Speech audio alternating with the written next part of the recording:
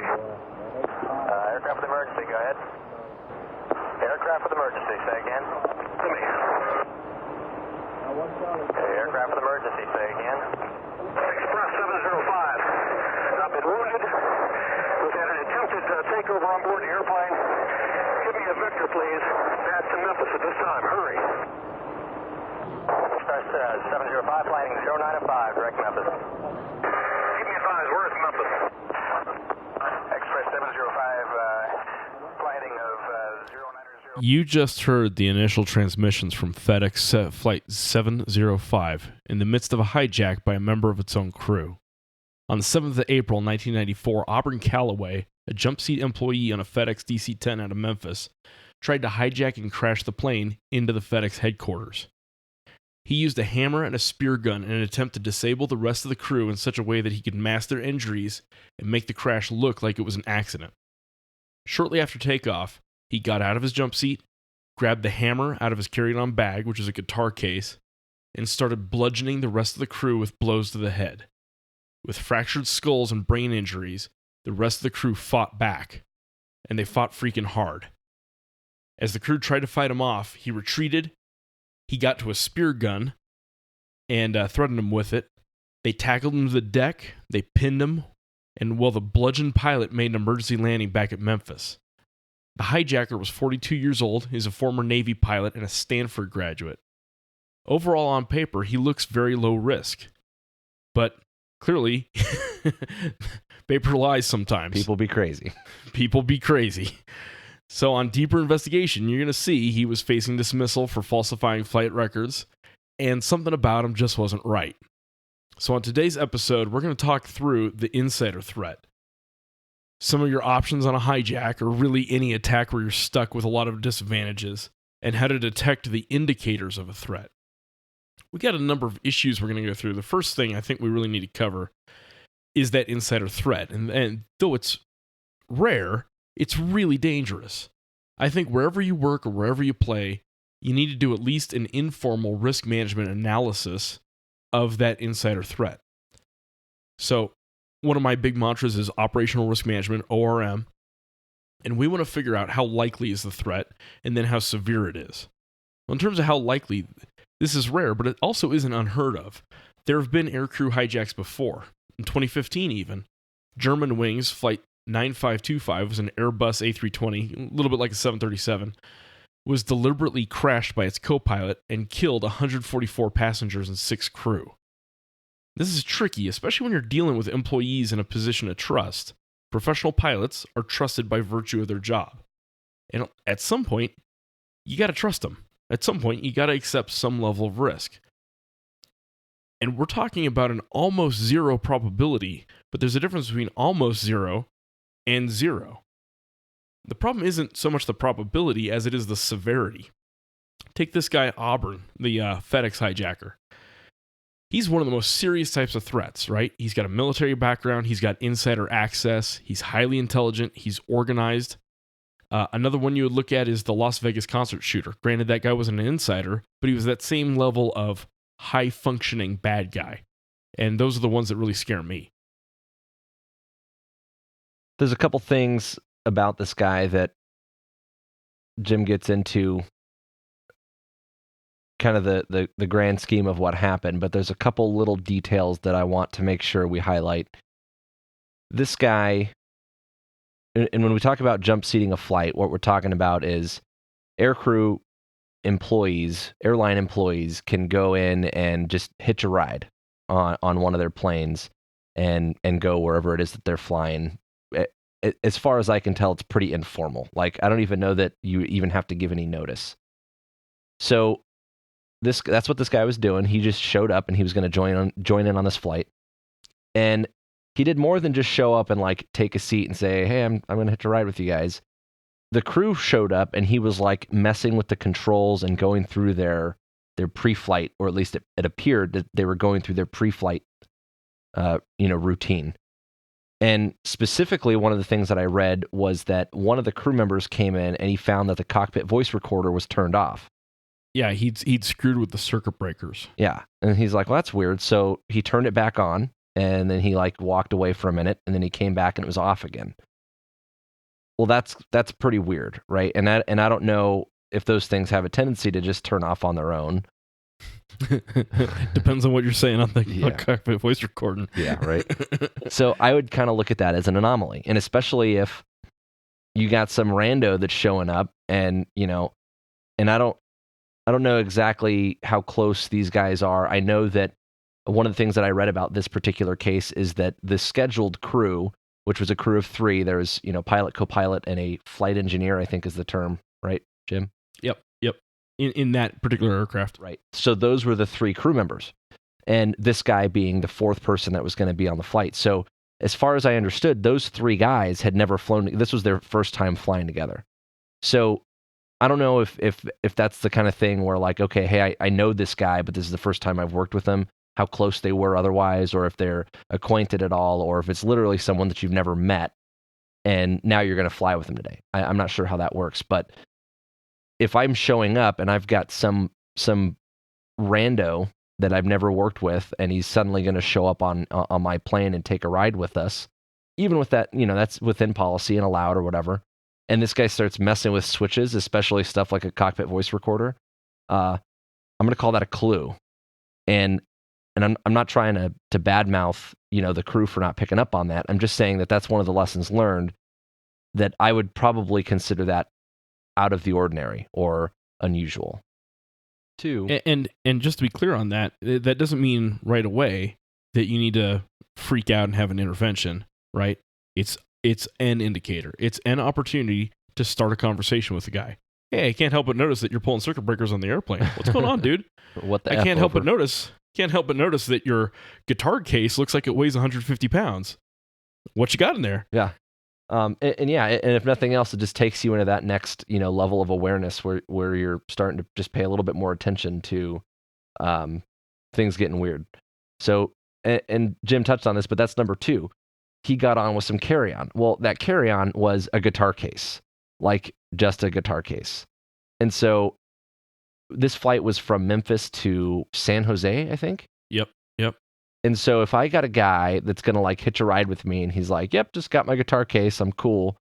Again, now we're looking at maybe 2 things that I might be looking at and saying, "All right, this is a little bit weird. This is a little bit strange. Maybe we need to have a little powwow about what's going to happen next."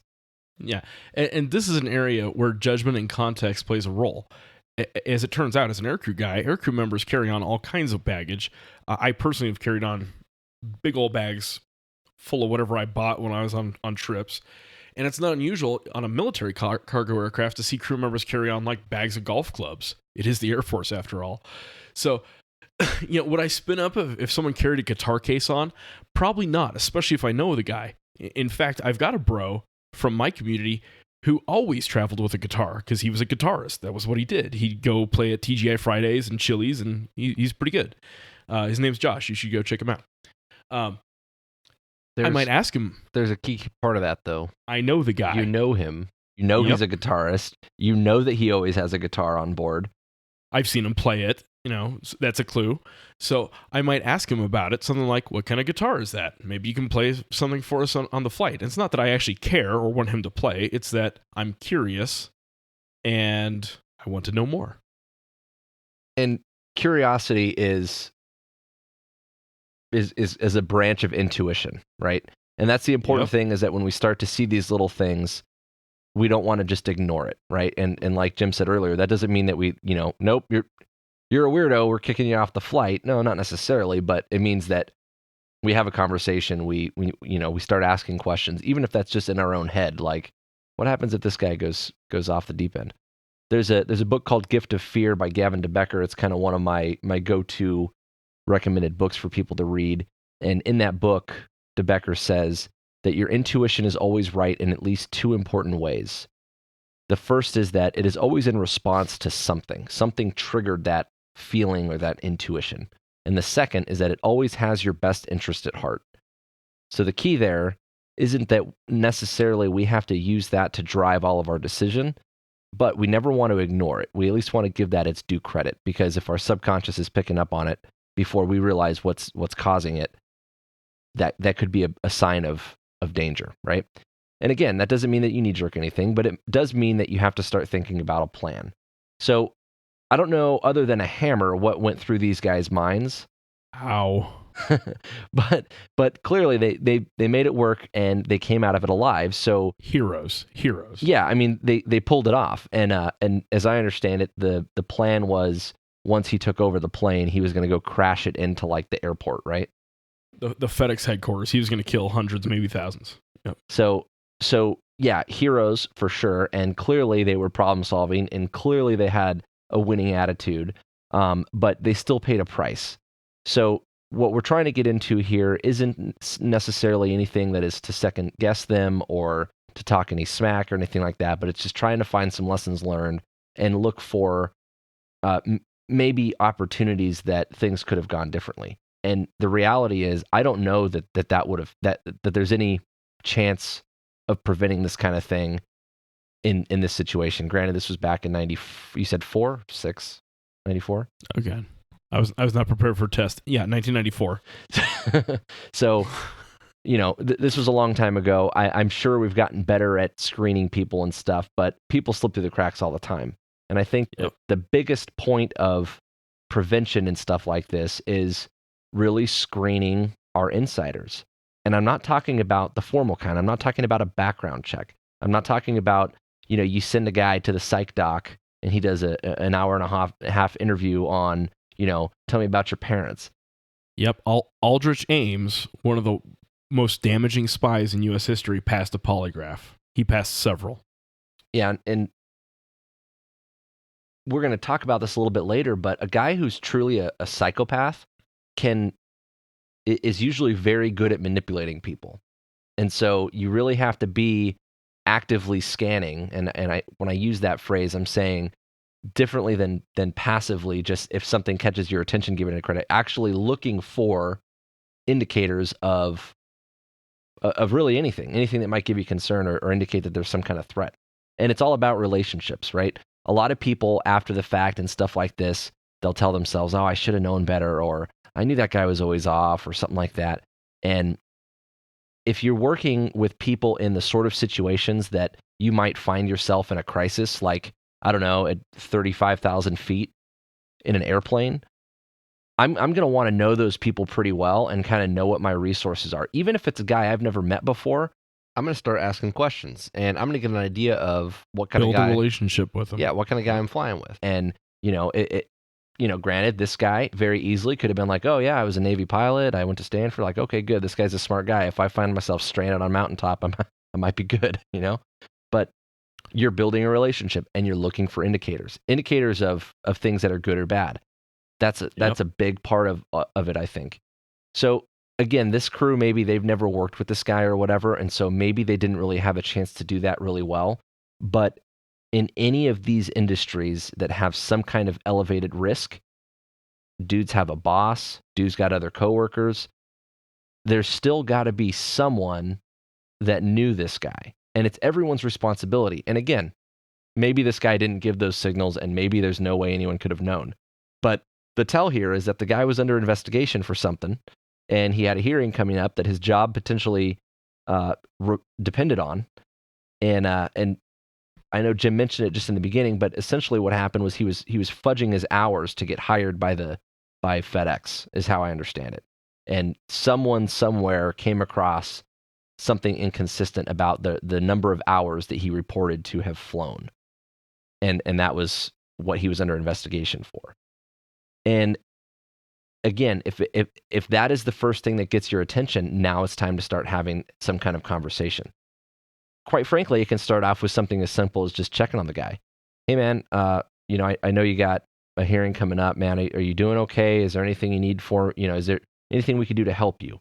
Or, hey, man, I noticed you've been a little bit detached lately. Is everything going okay? Or, whatever. So just reaching out to that guy might give you some clue, or maybe it might at least get you on the, do not kill list. I don't know. But give him a candy bar, bring him into the circle a little bit. Yeah. Maybe he'll be the one that spares you. But the big question is, did someone have a conversation about letting that guy fly? Knowing that there was some indicator of something off, was there a conversation? Did some guy sit at a table and say, hey, how big of a threat is this guy? Should we let him keep doing his thing? Should we allow him on airplanes right now? Right? Again, don't have the answers for you, just saying that it's part of the conversation. And that's a delicate balance, because we have to make sure that in these elevated risk industries where there's a low margin for error, that people are trusted to make their decisions. The last thing that we want to do is have a guy who maybe had some misstep, or maybe that we have to take some disciplinary or punitive action against. If we're going to keep him around, we want to make sure that he knows that he's supported and he still has our trust. So that it's a slippery slope, and it's one that we have to be very delicate about. And I think that answer lies in, like Jim is saying, operational risk management. And sometimes we can save ourselves by having a policy or a procedure that says, in law enforcement, for example, hey, you shoot a guy, you're going to have a couple days off. That's just how it's going to be. And no one is caught off guard by the fact that you're going to have 3 days off after a shooting.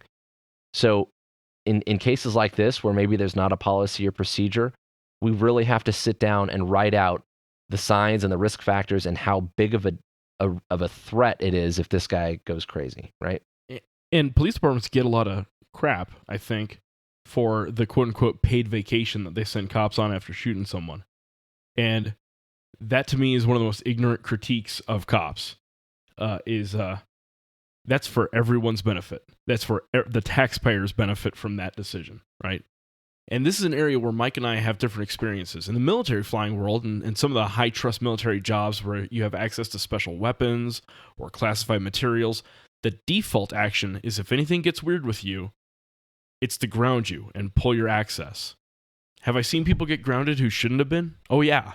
I've been grounded at times where I didn't think I needed to be. But again, it goes to the severity. And we have some things in the military that can get pretty disproportionately severe, like hydrogen bombs. So one of the keys is to destigmatize it. It's not a thing. You don't do it punitive, and you don't pick and choose. It's just a blanket default spring-loaded action.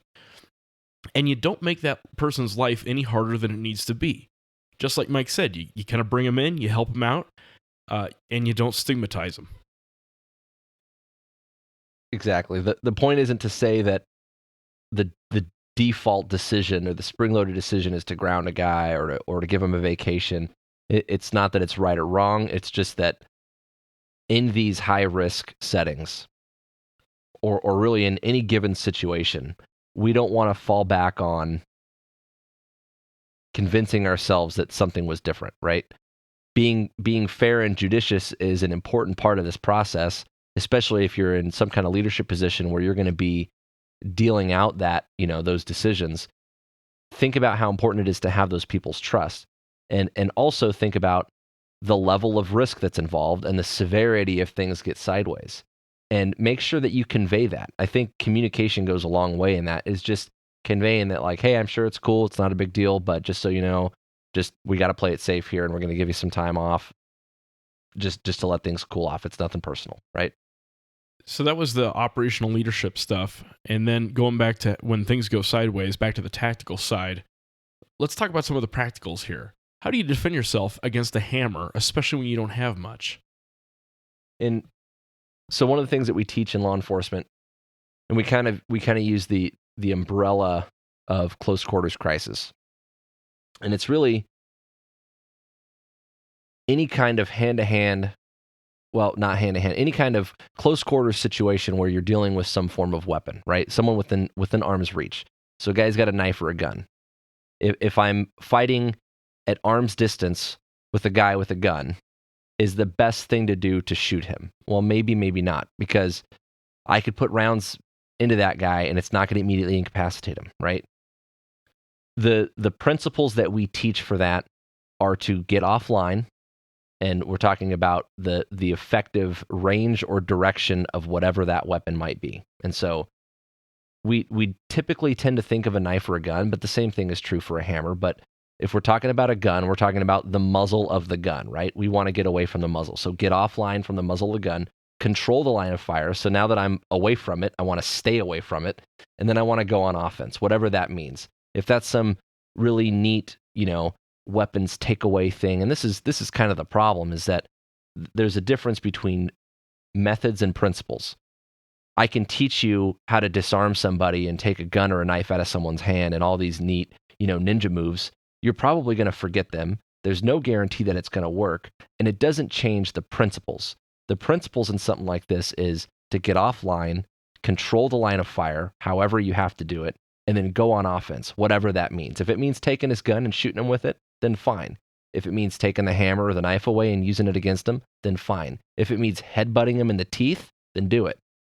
But those are the fundamental principles. Get offline, control the line of fire, and then go on offense.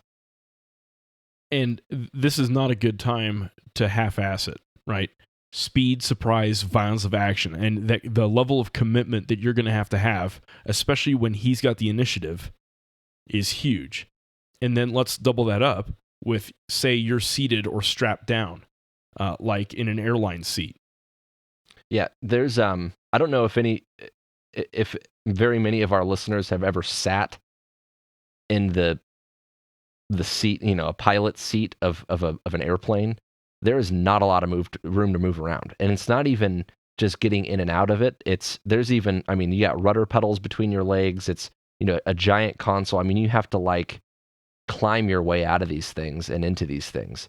Yeah, just on that, in the military, when I was flying special cargo, I was kitted up in addition to all that. So I have body armor, a helmet, all my survival gear, radios, oxygen mask, night vision goggles. I move around like a turtle, and then I mount myself like a turtle and then strap myself in. And the really weird part about that was at various times I was carrying, we will call them persons under control. So people who These had are my been, quotey fingers. Yeah, air quotes. So people had been pulled off objectives, and did they have security on them? Of course they did. Did they have as much as I wanted? No. So I seriously had to sit there and think about it, okay, well, if this gets ugly, maybe I'm going to stay in my seat and I'm going to do other things with the aircraft to regain initiative.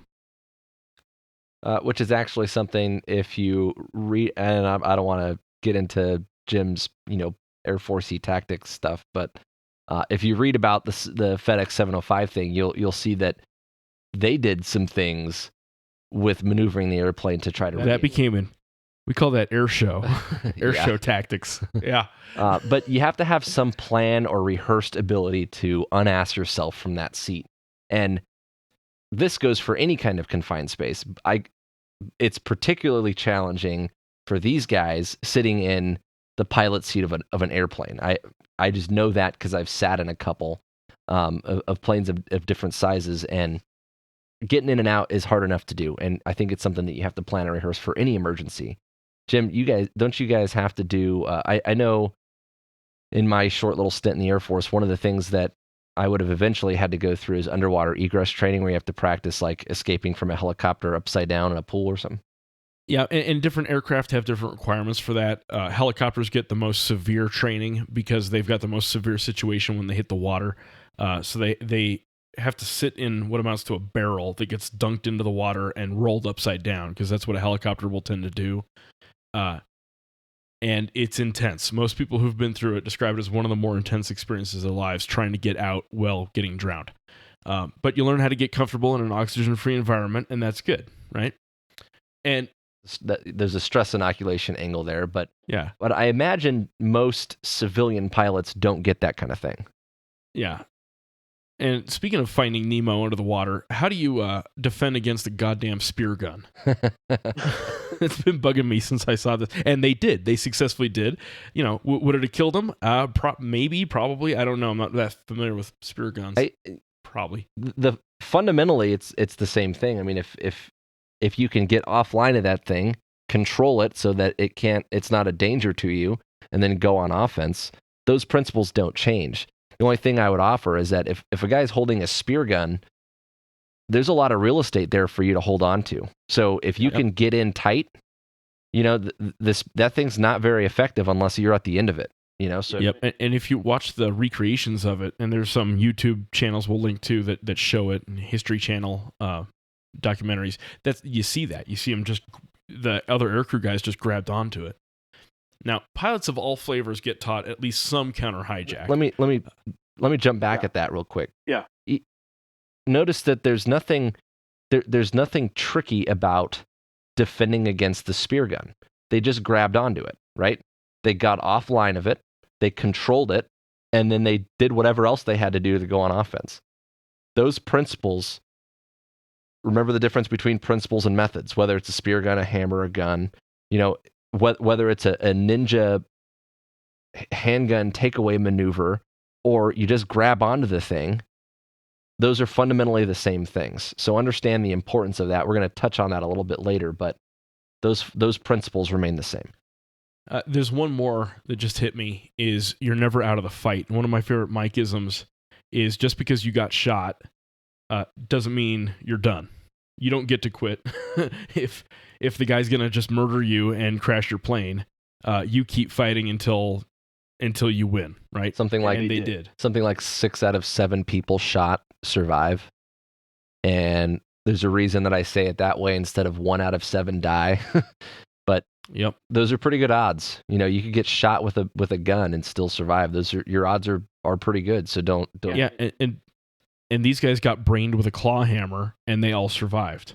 And not only did they survive, but they defeated their armed, trained attacker, right?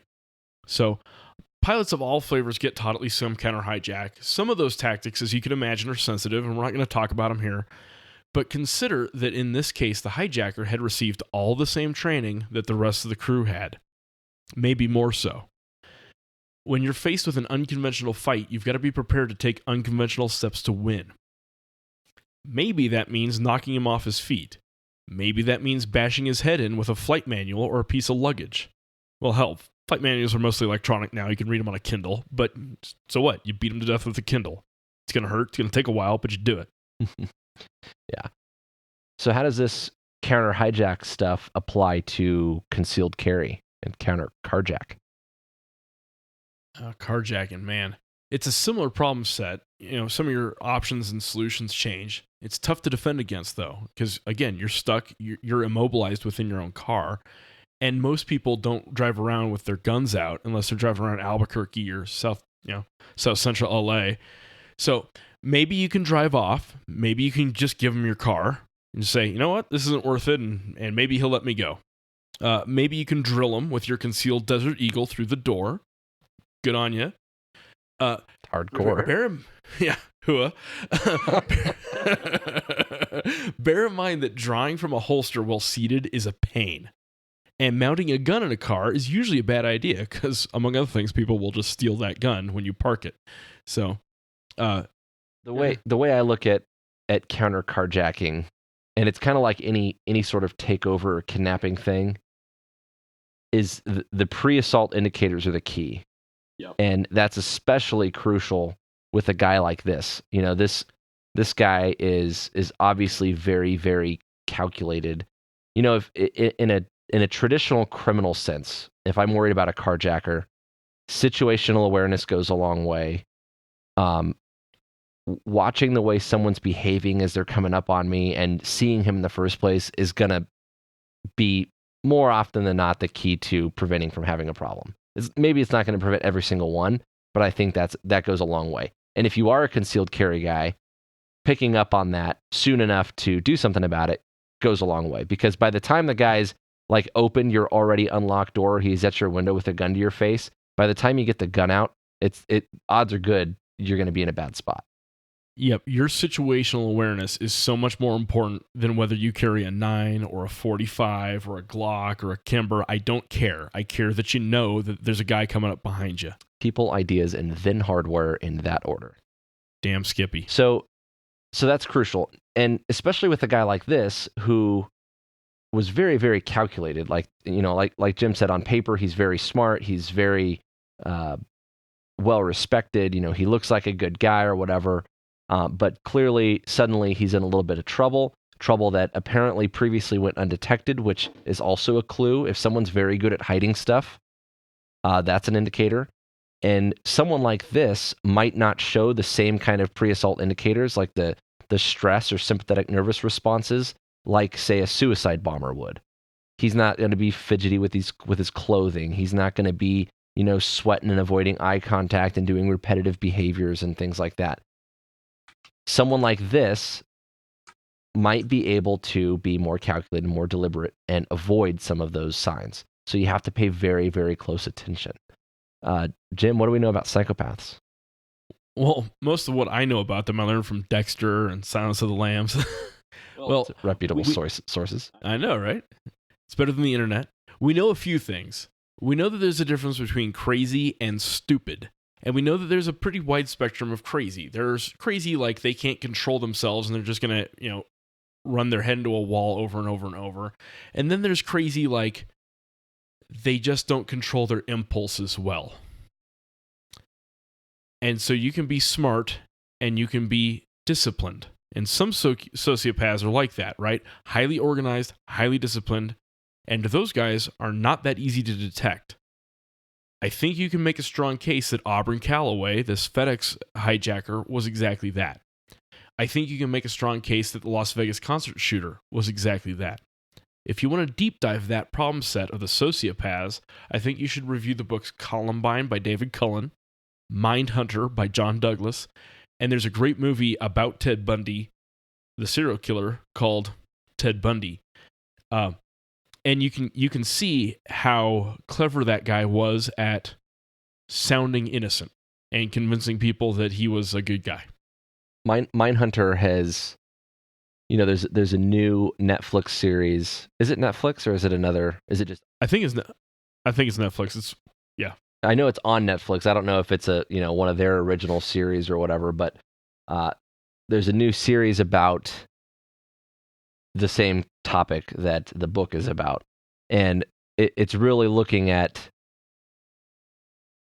sort of the consistencies, the types of people and how they select their targets and, some of those little things. So, again, I don't know that this Auburn Calloway guy was a psychopath or not. I'm just saying that, people that can really be calculated, controlled, and disciplined and organized and, well thought out and planned, those are the ones that you have to look carefully. Remember the difference I talked about between active and passive, scanning for threats. Yep, those are your high severity guys. So I want to go through and play a little bit more of the audio from this, and we could break down the incident itself a little bit more. But I at least want you guys to hear the rest of the air traffic control audio because it's going to come pertinent here in a little bit. Flighting of 090 and the airport's at 43 miles, 12 o'clock. Same my direction to Memphis. Express 705, you're eastbound at this time, and it'll be about 12:30, 1 o'clock. Look, just keep talking to me, okay? Yeah, we need an ambulance, and we need armed intervention as well. Alert the airport facility. Express 705, we have an emergency. He's turning back direct Memphis. He had an attempted takeover. He is wounded at this time. He's had an attempted takeover? The affirmative. He's north of Forest City by about 8 miles at this time. He's at 13,000, descending to 10,000. Okay, radar contact. And you put him on 19-1? 19-1. Yep. Express 705 Heavy, Memphis, out of here. Express 705 Heavy, Memphis, out of here. Memphis, can you hear me? Is this Express 705 Heavy? 705, yes. 705 Heavy, Memphis, Roger. I do hear you. You can proceed direct Memphis if able. Expect runway 9er. The altimeter's 302 9er. You understand we're declaring an emergency. We need security to meet the airplane. We'll stop it on the runway or we can. Express 705 Heavy, affirmative. All that's been taken care of. Express 705 Heavy, verify situation still under control. Well, it's sort of under control. I'm coming around to 36 left. Okay, Express 705 Heavy, runway 36 left. Clear to land. Clear visual approach 36 left. You are clear to land. The wind is 050. All right, we've covered the pre-event indicator stuff, and as we're seeing, especially in cases like this, that's kind of tricky. And we talked about some of the mechanics specifically about this attack, and for example, fighting a guy with a hammer and a spear gun in a confined space. I want to dive into this actual event a little bit because it was pretty freaking intense. And the best first step that I think is to go actually read the cockpit voice recorder transcripts. I haven't found the recordings from that. The recording that you just heard was the air traffic control exchange, it doesn't, for example, have the interpersonal communication that was going on between the crew members. And if you read the transcript, it's intense. And I didn't really know anything about this incident when Jim sent me the link. And then I started to read through the transcript, and that's what grabbed me by the neck and drug me into it. So if you've never been flying before, and I don't mean like as a passenger in a commercial airliner, I'm talking about actually flying and seeing what that whole process looks like, there's a lot of things to take from it. And there's a reason that I really like aviation examples. And there's a reason that I think it gives Jim and I a good dynamic when talking about this stuff, being that he's a pilot-y guy. And I don't know, maybe Jim can find us a good video that we could put a link to that shows some of the things that a pilot has going on when he's, taking off or getting ready to take off and that kind of thing. I don't know. It might be hard to get a feel for in a video clip, but one of the things that they do is they're kind of crazy about checklists. There's a lot having to do with checklists in aviation. We like checklists. Yeah. I like them. Yeah. And there's some things you can say, both good and bad, but what I like about them from the aviation standpoint is that problem solving is something that is so critically ingrained in any good pilot I've ever met. They're always thinking, they're always troubleshooting, they're always engaged, they always have options, right? That's huge. And the other thing is checklists are all about procedures and proficiency. There's an element of discipline, of operational discipline and tactical discipline that I think is very important, especially in flying, obviously. But as an example that the rest of the tactical world can look at, it really helps us understand and know what's what and how we can get our priorities taken care of. So I have a story. Okay. What you got? Well, no, I mean that was mostly the end of my thought. I was just going to say that checklists are like I said, the good and the bad that come with them. It keeps you guys engaged. But you have a story, so that's probably better. Let's. All right. So there it was. One of my favorite navigators, a guy named Tom, and he's brilliant. He's very good at what he does, but he was made brilliant largely by his instructors. And this one time, he was a student, and they're doing a low-level route to an airdrop, and goes well, and they land, and he asks his instructor, like, well, I'm just a little confused the order of what's supposed to happen, as we're getting closer and closer to the airdrop. And the instructor, whose name is Les, and he's also brilliant, looks at him, kind of stretches. He's like, if only we could write down all the things you need to do in the order that you're supposed to do them, we could call it a list. And then we could check off the things on that list. We could call it a list of checks. Yes, a list of checks. Brilliant.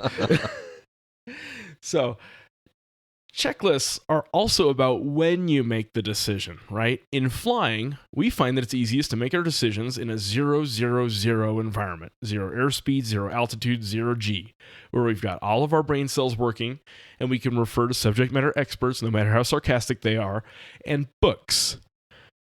So back to the OODA loop, it speeds up your decision cycle when you have already made your most critical decisions before the crisis starts.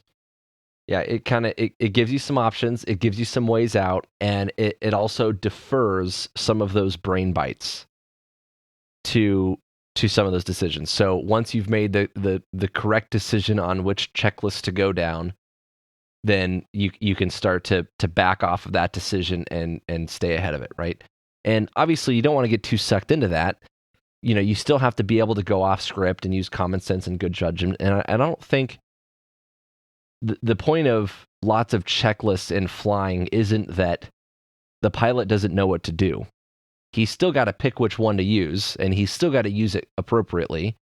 And so there's still a problem-solving element to it. And obviously, especially in this case, we can see that not every problem can be solved with the checklist. But the mindset that comes with it is that they're always engaged in the problem, and they're always going to work their way through it. And that's really the takeaway from aviation that we should pay attention to.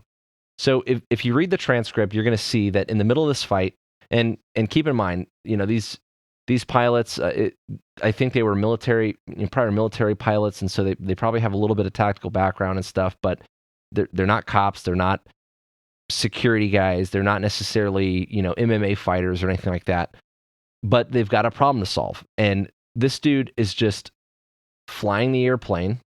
And Jim has a saying about in-flight emergencies that I love, and I have it memorized because I've heard him say it 1,000 times. But he says, maintain aircraft control, analyze the situation, take the proper action, land as soon as conditions permit. Did I get that right?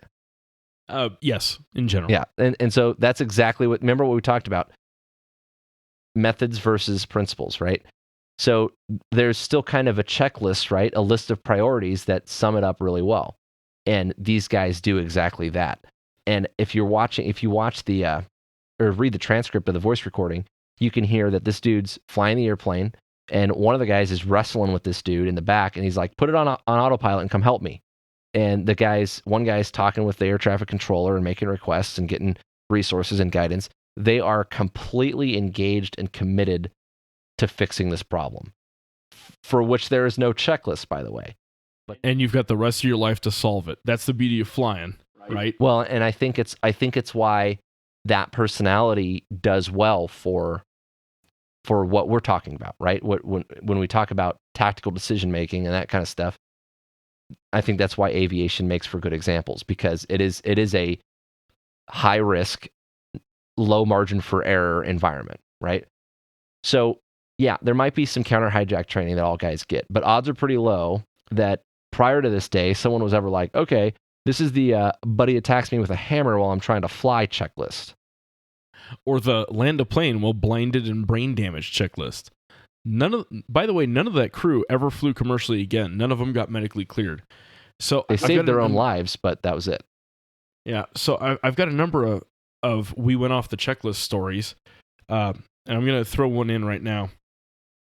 I was a student learning how to fly my mission aircraft, and we were doing touch and goes at Little Rock Air Force Base in Arkansas, and the instructor pilot had control of the aircraft. Excuse me. So he was flying. I was sitting co-pilot. We touch down. We rotate. We start taking back off. And all of a sudden, we get really, really nose high and really, really slow. And that's not a good place to be in an airplane. And I look left at him, and he's gone. and I'm like, oh, this is weird. And what had happened was his seat had unlocked. You know how like in old school cars back before electronic seats? You mean there's not a my pilot is missing checklist? My pilot is missing checklist. And I keep turning until I find him, and his seat is rolling back, so he's pulling on the controls to pull himself forward. And it turns out that affects the airplane. Yeah. So I'm like, whoa, I have the aircraft. And he's like, whoa, you have the aircraft. I'm like, yes, that's right. I have the aircraft. And we got the nose down and we survived. And the only reason I was able to react to that fast enough to keep us from dying that day was I had an instructor in the simulator who was like, oh, by the way, this could happen. Wasn't in a checklist. There wasn't a note warning or caution about it in our 5,000 pages of technical manuals. It was the insight of one instructor. And that's what Mike and I try to do for you, is get you that tactical insight so that you don't have to solve every problem by yourself all the time. There's two directions I want to take that. The first is I've heard that same story, and the way Jim talked about it was we were talking about crisis management type stuff. And he's like, there are situations where you can't just say, Jesus, take the wheel. Yep. You can't throw your hands up and let that solve the problem. You have to be engaged in it. And like Jim said, you've got the rest of your life to figure it out. The second thing, though, and this goes back to my theory on good aviators, good pilots, and why there's good examples for the rest of us in that is, again, going down this checklist route, being disciplined and having this communication style where you could say, I have the aircraft. Okay, you have the aircraft. And that is universal in our police helicopter pilots do it. The military guys do it. My civilian flight instructor guys that I've gone and, flew around in Cessnas with do it. Everyone does it the same way. And it's very, very disciplined. Even though it might be obvious that like, hey, I'm going to fly now. Hey, you want to fly? No, I'll fly. It's no. Okay, you have the aircraft. Okay, I have the aircraft. It's very disciplined. I think that's a big deal, big takeaway. All right. So the next thing, the air traffic controllers. You hear it in that recording. These freaking guys are some unsung heroes. air traffic controllers, I come across video, and usually they're videos on YouTube, but they're just audio files really of air traffic controllers, and I equate them with like our dispatchers in law enforcement or public safety. But it's even more so in air traffic controllers. These guys are dealing with a problem, and those guys will move the world to help them out. They're a lifeline. They start coordinating things. They give directions. They're collected on the radio. They're the guy on the other end that says, hey, we got this squared away. Everything's ready and waiting. Just stay with me. This is what you're going to do, and it's going to be cool. Those guys deserve our respect, and I think we can learn a lot about communications and also leadership from those guys.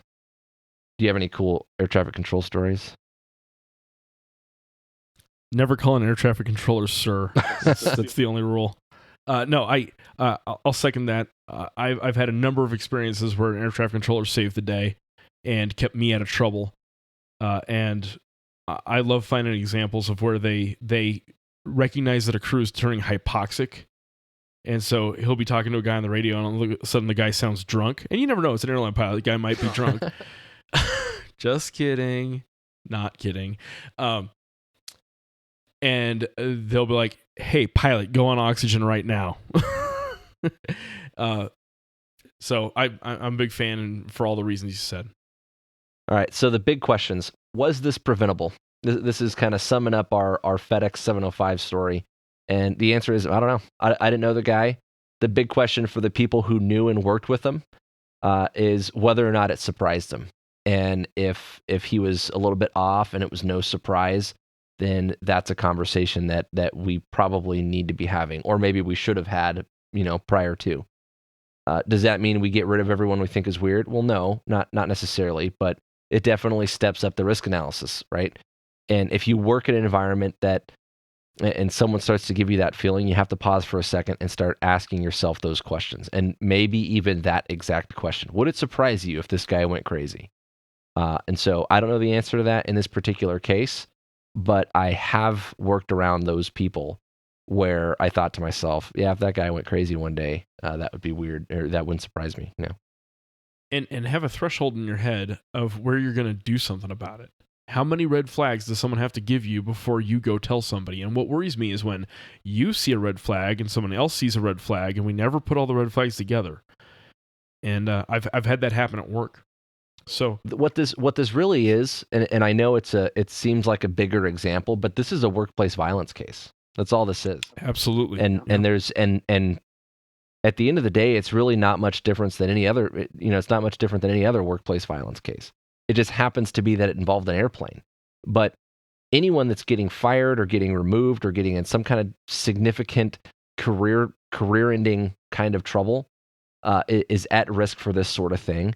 And our leadership, our management, business owners, whatever, those kinds of people have to be thinking about that as a possibility, right? And that's true in law enforcement too. I can tell you that as a guy that used to be a training officer, there were a couple people that didn't make it, and I remember before we brought them in, we had the discussion about how we were going to take the guy's gun away.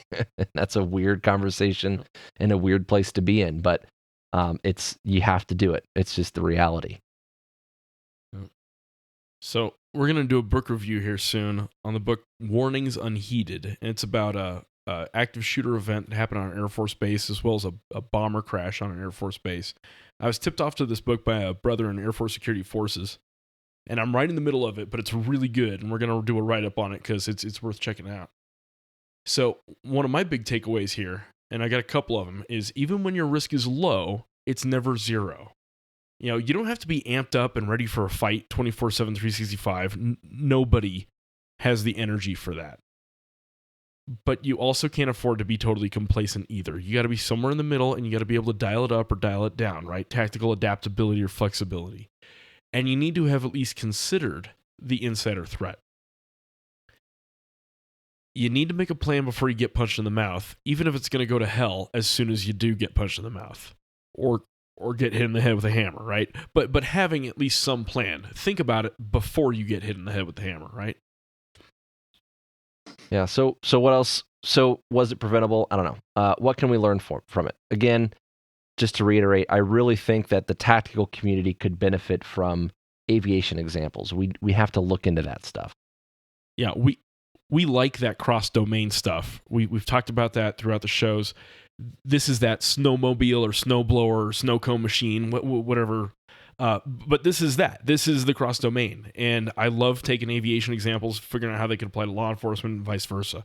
Yeah, and a lot like law enforcement, these aviation examples are usually well-recorded, well-documented, and so there's a lot of data that we can take from it.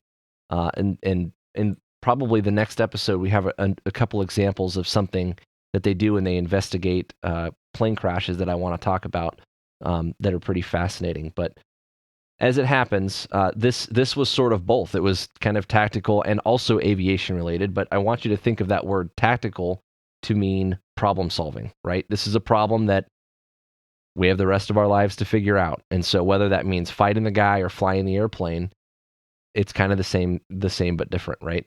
All the good aviators I know who are awesome do that, right? They stay engaged in the problem, they stay in the fight, and they get it figured out. Notice how much these guys and gals rely on checklists. Even those mental checklists or that rough list of principles: maintain aircraft control, analyze the situation, blah blah blah. Those things can go a long way when you start getting hit in the face with a hammer. And along those lines, if you're getting hit in the face with a hammer, get offline, control the line of fire, go on the offensive. Methods versus principles. We have to look for those and try to make sure that we can apply those in the situations that we're likely to see. So we've got lots of things to put in the show notes for you. We've got links to the videos. One of the most thorough, or maybe thorough might not be the word, but the most accurate briefs of the entire FedEx 705 incident is probably part of the court case where he appealed part of his conviction, which didn't really affect him much. The guy lived. He's serving a life sentence of some form. In like Georgia, I think I read something like that. So the entire crew survived. They have some lasting injuries, but again, we'll put the links to that briefing, and the court case has some pretty good details. Read the frickin' cockpit voice recorder transcript. That is the most valuable thing. It's intense. It's intense. And if you can find the link to the recording, I will mail you a sticker or something. I don't know. I'll figure something out, but it would be awesome to hear what was going on in that cockpit. Jim, you got anything else? Oh, hey, we have stickers. If you can hook us up, share the video or share the podcast, tell your buddies. I would love to shoot you a sticker. Yep. Cool. That's all we got. Don't forget, new episodes on the 1st and the 15th. Subscribe if you want them to go straight to whatever device you're using. If not, you'll find links on the Facebook page. We usually post a couple of previews about what's to come on the next episode, and that's all I got for today. Good talk.